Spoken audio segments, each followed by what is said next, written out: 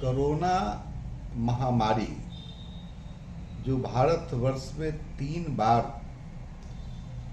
जिनका प्रकोप विस्तृत तौर से हुआ, उसके बावजूद जो 22-23 का जो बजट पेश हुआ है, प्रधानमंत्री और वित्त मंत्री को जितना भी इसके लिए सराहना की जाए कम है।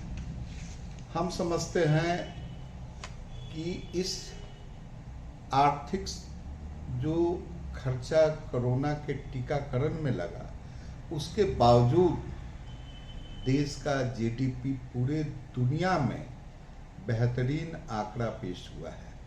इतना ही नहीं, देश में एक तरफ आत्मनिर्भर बनाने के लिए स्टार्टअप इंडिया, एक औद्योगिक विकास के साथ साथ 60 लाख नौजवानों को नौकरी, इसके अलावा जिस जैविक खेती का प्रचार, जैविक खेती पर किसानों को बढ़ावा देना और जो किसान के उपयोग की जो मशीनें हैं वह सस्ते दाम में उपलब्ध कराना, ये सारी बातें अगर आप समझिए तो देश को समृद्ध बनाने के लिए, देश को संपन्न बनाने के लिए जो भारत सरकार और प्रधानमंत्री ने जो किया है वह काबिले तारीफ है। और देश में नौकरी के अलावा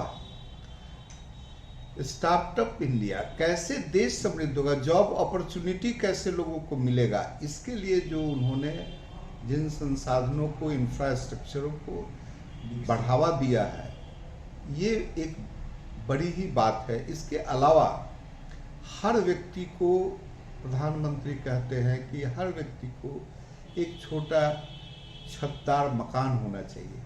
उसके लिए उन्होंने जो मकान प्रधानमंत्री निवास योजना के तहत जितना काम और जितनी स्वीकृति उन्होंने दी है, वह भी एक इस देश के लिए बहुत ही बड़ी बात है कि हमारे देश में गरीब से गरीब आदमी भी छतदार मकान के अंदर रहेंगे और गरीब से गरीब लोगों को भी जॉब अपॉर्चुनिटी मिलेगा, नौकरी मिलेगा। यह सब संसाधनों को, इंफ्रास्ट्रक्चर को बढ़ाने के लिए जो देश में बजट आया है वह बड़ा ही सराहनीय है।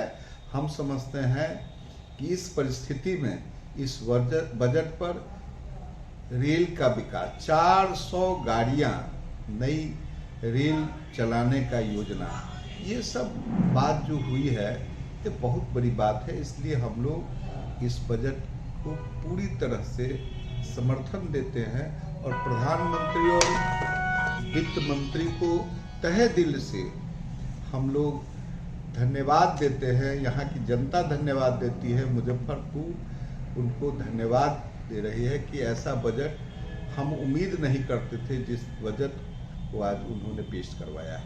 धन्यवाद।